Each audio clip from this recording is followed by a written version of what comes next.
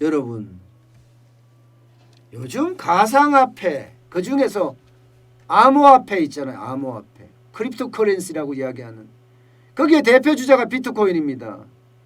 그런데 이 비트코인이 가격이 장난 아니에요. 9일 오후 4시 기준으로 봤을 때 4,560만 원입니다. 야, 참 비트코인 가격 참 엄청나게 올라가죠. 이게 지난해 7월까지만 해도 1,300만 원이었어요. 300%가 넘게 올랐다는 이야기예요. 넘게 올랐다. 엄청난 이야기죠. 주로 보면 이 비트코인에서는요, 20대들이 많이 들어와요. 30대하고요. 20대한테 물어봤어요.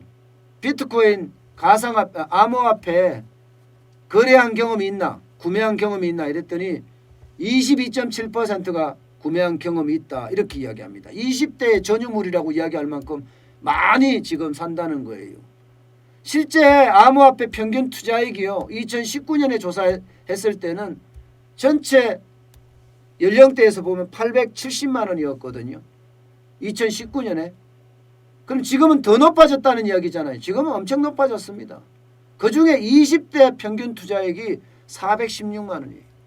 그야말로 17만 원 증가했으니까 굉장히 많이 증가했습니다.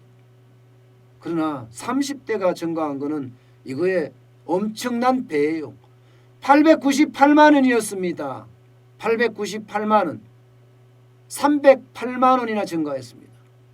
결국은 20대와 30대가 가상화폐 시장, 암호화폐 시장에서 주요 투자를 하고 있다. 이렇게 보이는 거죠.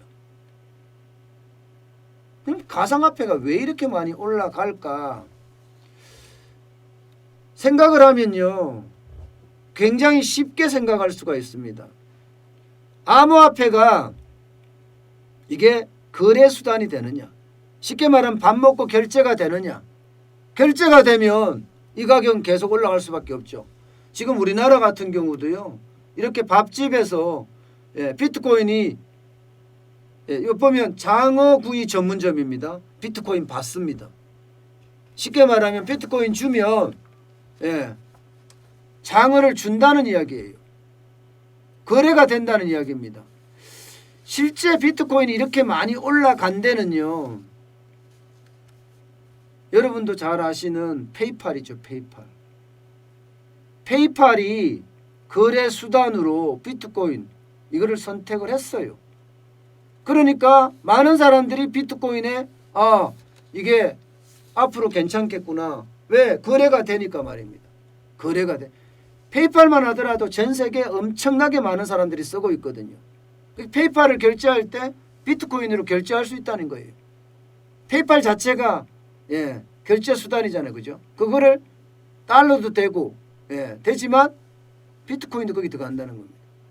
여기에다가 비트코인이 올라간 것은 거래 수단으로서 많은 데가 선택하기 때문에 올라가기도 하지만, 이게 인플레이션이 날까 모르겠다, 이런 거 있죠. 인플레이션이 날까 모르겠다 이러면 사람들이 뭘 사요? 금을 사잖아요. 인플레이션에 대한 해지 수단으로 금을 많이 사잖아요. 실제로 미국은 올해 연방준비 제도는 2% 물가 상승률 용인하겠다. 지금 민간에서는 그보다 더 올라갈 거다. 2.5%까지 올라갈 거다. 또 민주당이 돈을 지금 많이 풀면 더 많이 올라갈 수도 있다. 이렇게까지 이야기하고 있거든요. 그러면 금을 더 살까? 아니죠. 편하게 살 수 있는 거 비트코인을 사겠다는 거예요. 거래소에 가서. 보관하기도 편하고. 그래서 이게 인플레이션에 대한 해지 수단으로도 지금 사용되고 있다는 이야기입니다. 해지 수단으로도. 그래서 비트코인이 천정을 모르고 우리 주식처럼 쭉 올라가고 있습니다. 천장을 몰라요. 천장을.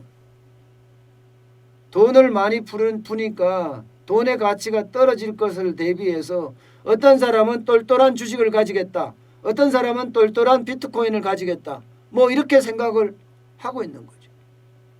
그런데 이 비트코인, 쉽게 말하면 암호화폐 시장에 뭐라고 이야기해야 되나요? 메가톤급이라고 이야기해야 되나요? 예, 메가톤급 예언을 한 사람이 있습니다. 쉽게 말하면 거품이 뻥 하고 터질 거라고 말입니다. 바로 이분이에요.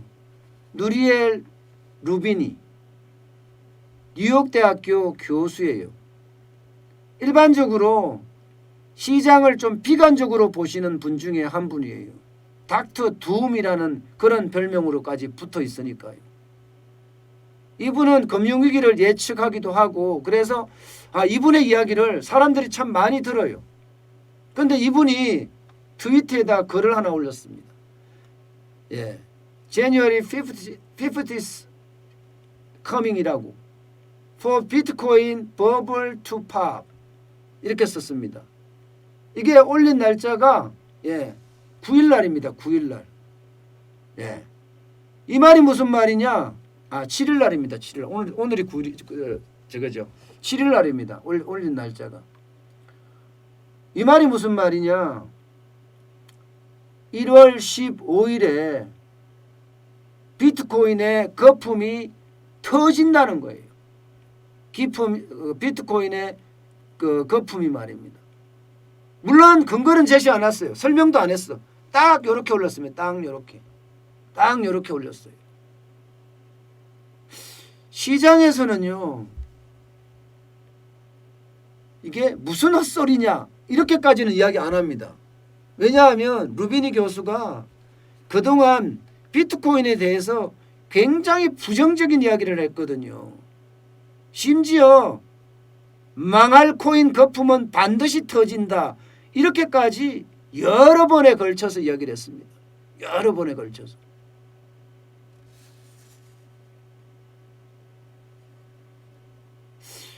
그런데 과연 15일 날 어떤 일이 일어날까요? 암호화폐 시장에 엄청난 일이 벌어질까요? 아니면 또 루비니 교수는 시장에 관심을 끌기 위해서 15일 날, 그것도 날짜도 콕 집어서 비트코인 거품이 터진다 이렇게 했을까요? 대부분의 사람들은 지금 추세에 무슨 15일 날 비트코인의 거품이 터지냐, 뭐 이렇게까지 이야기하는 사람들이 많습니다. 그렇다고 루비니 교수의 어떤 이야기를요, 허투루 듣지 않는 사람들도 있다는 사실입니다. 그만큼 시장에 대한 비관론자이긴 하지만 닥터 둠이라는 그런 별명을 얻을 정도로 나름 경제 쪽에서는 신뢰를 받고 있는 분이다. 그렇기 때문에 한쪽 귀로 듣고 한쪽 귀로 흘러들어지는 않는다. 뭔가 생각하고 있다, 이렇게 봐야 될 것 같습니다. 여러분, 저는 기본적으로 생각할 때 이 암호화폐 시장, 뭐 우리가 가상화폐라고 이야기했을 때는요, 비행기에 마일리지 있잖아요. 그 다음에 어디 가면 포인트 주는 거 있죠. 여러분들이 머리를 깎으러 가면 한 번 왔다가 도장 찍어주는 거 있죠. 이런 모든 게 가상화폐입니다. 대형마트 가서 물건을 사고 나면 포인트 찍어주는 것도 가상화폐. 비행기를 타서 마일리지를 주는 것도 가상화폐. 그리고 미용실에 갔을 때 도장 찍어주는 것도 가상화폐예요. 이 가상화폐 안에는요, 바로 비트코인이라고 있어요. 이것을 일반적으로 이야기할 때 암호화폐라고 합니다. 크립토커런시란 말을 씁니다. 그러면 이 암호화폐 중에 대표 주자가 바로 비트코인입니다. 이 비트코인 암호화폐는요, 쉽게 말하면 발행하는 이가 없어요. 발행하는 이가. 이게 맥시멈으로 얼마까지 발행을 하겠다, 이 내용은 있어요. 한 2300만 개? 2300만 개 정도 비트코인을 발행을 할 거다, 이런 예측은 있어요. 그러면 2,300만 개 중에서 지금 한 2,100만 개 이상이 지금 시중에 이제 나와 있다고 해요. 쉽게 말하면 채굴을 했던 거예요. 나머지 한 200만 개나 뭐 이 정도는요. 이게 채굴을 하는 거예요. 채굴이 무슨 말이냐. 쉽게 말하면 굉장히 어려운 수학 문제를 내면 그것을 컴퓨터가 풉니다.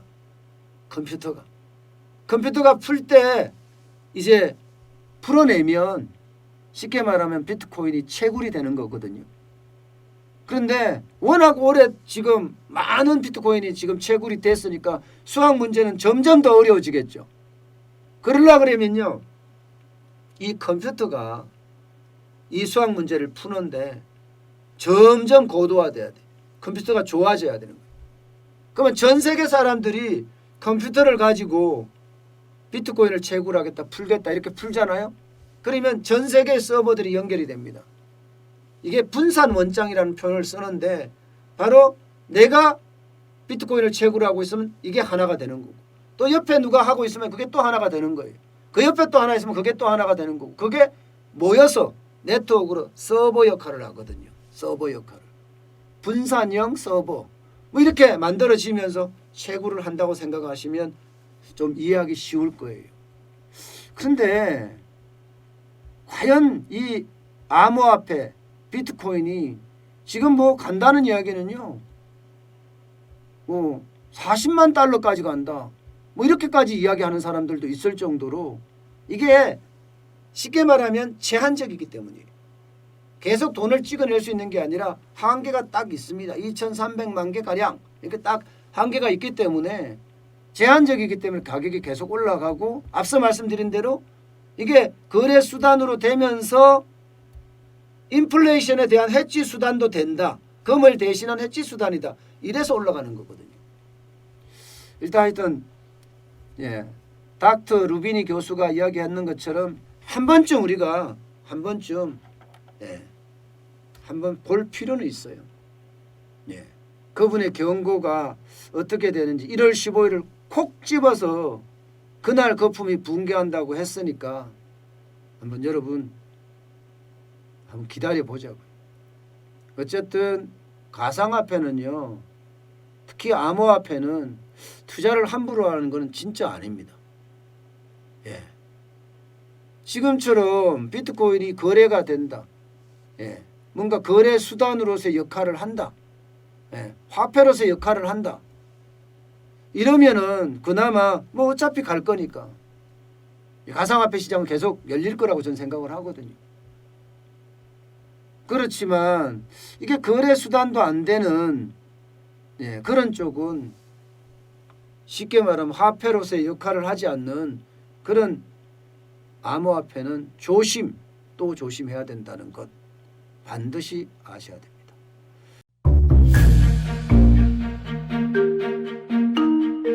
세종대왕과 샤넬 넘버5, 벤츠 자동차의 최고급 기종인 마이바흐의 공통점을 아시나요? 바로 침향입니다. 침향이란 동남아시아에서 자생하는 침향나무가 상처를 입었을 때 스스로를 보호하기 위해서 분비시키는 침향나무의 진액입니다. 진침향은 태국산 침향과 러시아산 녹용, 그리고 국산 홍삼, 백봉령, 산수유, 당귀, 숙지향, 꿀로 이루어진 침향환으로 만성 피로나 또 스트레스, 기력이 저하된 직장인분들, 또 수험생들, 연세 드신 어르신분들이 드시면 좋은 환입니다. 진침향 여러분들께 자신있게 권해드립니다.